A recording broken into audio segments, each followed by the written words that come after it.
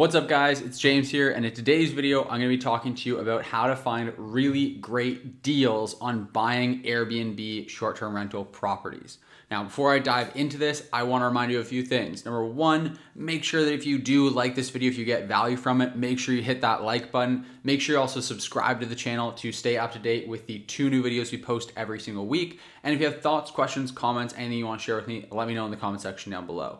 Now, the one last thing is that we do have a free training that's linked in the description down below for exactly how to invest successfully in short-term rentals. So if that's something you're interested in, if you're currently investing and you want to scale things up, then make sure you check out that free training. It's gonna walk you through step by step exactly how we invest successfully into short-term rental properties. And we're gonna give you our analysis spreadsheet and some tools completely free. So all that's completely free. Make sure you check it out. Link is in the description down below. And you'll also be able to schedule a free strategy session with our team for us to lay out a roadmap for you, custom, specific for you on how you can succeed with short-term rentals.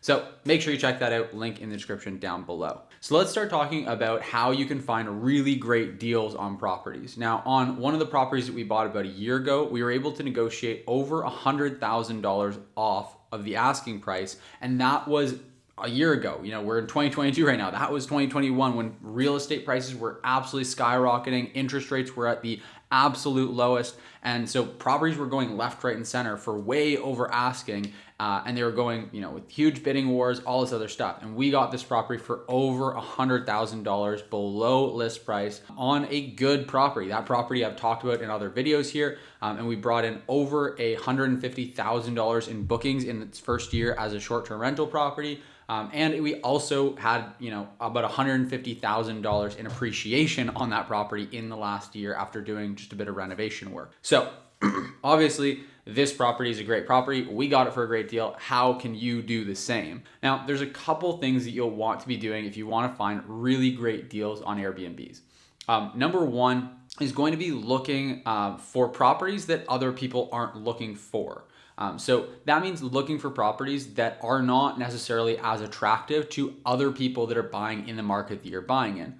For example, we bought our property in a cottage location. So for anyone not familiar with the idea of a cottage, it's basically just somewhere that people from the city go to escape and get out into nature, get away from the city for a weekend or whatever. So they're really popular around here, around Toronto, where we're based. And so people like to get away to cottages. Now, if they're buying a cottage, they're buying it for relaxation. They want to get up there a few weeks or a few weekends out of the year and relax. And so they're looking for something turnkey. They do not want to buy a property they have to do renovation on, because renovations don't tend to be synonymous with relaxation for most people, right? They find that stuff stressful, so they want to buy something turnkey. Now, the other really big piece for people in that market is they want to buy something right on the water. They want to be waterfront with their own dock so that they can own their boat and their Sea-Doo and everything and have it docked right there. And so if we look at that and we go, okay, if we want to go and buy a turnkey property where it's right on the waterfront, then we're going to pay a premium for that, because there's a lot of other buyers that aren't going to be using it as a short-term rental that are going to be attracted to that property, are going to be bidding on it. And so we're going to end up getting into a bidding war, competing a lot more, and ultimately just paying a higher price. Whereas if we look for properties that other buyers in the market aren't looking for, we might be able to have some more room for negotiation. So what we did is we looked for a property that needed renovation work, number one, and that was actually ideal for us, because that way we were able to do $60,000 worth of renovation and force over $150,000 worth of appreciation above and beyond what we paid, plus the cost of renovation work. So we were able to get $150,000 worth of additional value out of this property, additional return out of this property in year one. We did a cash out refinance, pulled all of our cash back out. So from that aspect, it's absolutely fantastic that we were able to buy a property that needed renovation. Now, the other side of it is that obviously we weren't competing with people as much, because the cottage buyers, they didn't want to buy that property that needed renovation work. The other piece was that we bought a property that was right across from the water. Now, for us, for short-term renting it, for using it as an Airbnb, who cares? People can walk across the street, drop their kayak in, drop their paddleboard in, whatever. They can go and have fun. They can go swim, whatever they want to do. The only downside is that they can't dock a boat or a Sea-Doo or something right there at the property, but no Airbnb guest is coming with their boat or their Sea-Doo or anything like that and needing to dock it at the property. So for a cottage owner, that is a deal breaker. They need it to be on the water because they have a boat and they want to dock it somewhere, right? But for an Airbnb guest, really doesn't make any difference. It's the difference between walking into your backyard and walking into your front yard to go and access the water. Really no big deal. Now, we then obviously got a lot more room for negotiation because, again, there's just a lot less demand for that type of property, but it also meant that we're paying lower property taxes because we're not right on the waterfront. So tip number one for finding really great deals on short-term rental properties is looking for properties that other buyers in your market aren't looking for. This is the example of what people are looking for in the market that we invest in, but for you, it's going to be a little bit different, a little bit unique. And so you want to find ways that you can still add all that value to guests and have a really attractive short-term rental property, but without necessarily buying the properties that are in the highest demand for other types of buyers who are likely going to be buying more emotionally and paying higher prices. Now, the other tip is to look where other buyers aren't looking. So, tip number one, find properties that other buyers aren't looking for. Tip number two is to look in places for properties where other buyers aren't looking. So looking on the market is great because it's super, super convenient to just go on MLS, go on Realtor, and just look for properties. You've got all kinds of photos, you've got all kinds of selections. So it's very, very convenient. Now, because of that, everyone looks there, right? 95%, probably even higher than that, of the transactions on residential properties happen through the MLS. They happen on the market. And so if you go there, you're competing with all these other buyers, and you're also paying a 5% premium to pay for the realtors to satisfy their commissions. So all in all, if you're buying a $500,000 property, you're probably paying $50,000, even $100,000 more for that property because you're buying it on the market where there's way more demand for that property. And so that's going to drive your prices. And then you're also going to be paying a 5% premium on that property, $25,000, just to pay the realtors, right? Just to pay the realtors to broker the deal. And you're paying $25,000 for that, which is absolutely insane. And so absolutely you can find great deals on the market. The deal that I just talked about was one that we actually found on the market, surprisingly enough. But another really great strategy for finding really great deals is to look where people aren't looking. And so that means buying off market.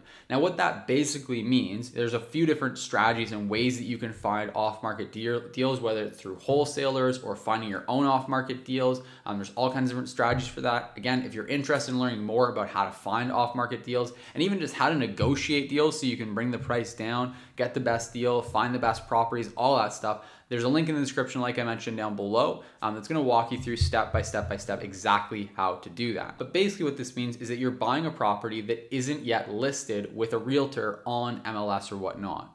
And so you're basically interfacing directly with the seller of the property, which is the property owner. And so because you're interfacing with them directly and cutting out that middleman, there is no 5% commission. Now, a lot of people think that in order to buy a property, you need to work through a realtor legally, and you absolutely don't. Realtors are basically just like used car lots, right? You can go and sell your car back to the dealership or to the used car lot and then have them resell the property or broker a deal between you and the buyer of the new vehicle.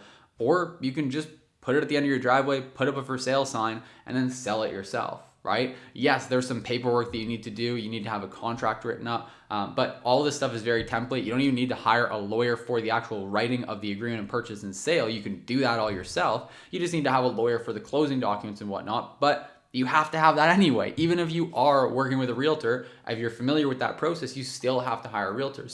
Hire a lawyer. So either way, as long as you just know what documents need to be filled out, it really doesn't take long to fill out an agreement of purchase and sale. It's templated. It's very straightforward. The template can't even be adjusted. You can just add to the Schedule A, Schedule B, whatever it is, and adjust the pieces of the template. So really, it's straightforward. Again, we can walk you through the step-by-step on how to do all of that, but that means that you're cutting out the middleman and avoiding that 5% commission that on a $500,000 property equates to $25,000. So it's not a small chunk of change that you're cutting out.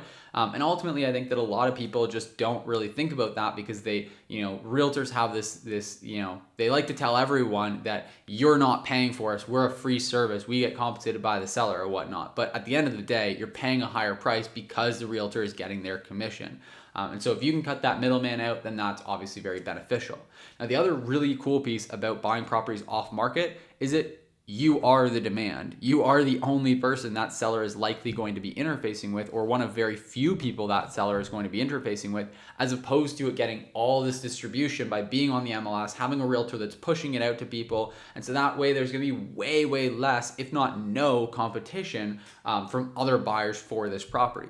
And that means that you can get a way better deal because they're not fielding offers from left, right, and center and all over the place. And there's a few different reasons that we can get into in more detail in another video as far as why sellers actually want to sell their properties off market and not go through the headache and hassle and timeline of going and selling their property on the market. But it really can be a mutual win-win situation where you get a great deal on the property, the seller gets it, closed up nice and easy for them, and then everybody wins. So those are my top 2 tips for finding really great deals on short-term rental properties is number 1, finding properties that other buyers in your market aren't looking for, and number 2, looking in places like off market where other buyers aren't looking. And so if you're interested in learning more about the step-by-step and getting some of our tools and our guidance, having us help you put together a roadmap for success with short-term rental investing, then make sure you click the link in the description down below to check out our free training. Make sure you check that out. Grab the free tools that we'll be able to give you and learn more and be able to really succeed with this and cut down your timeline for doing so.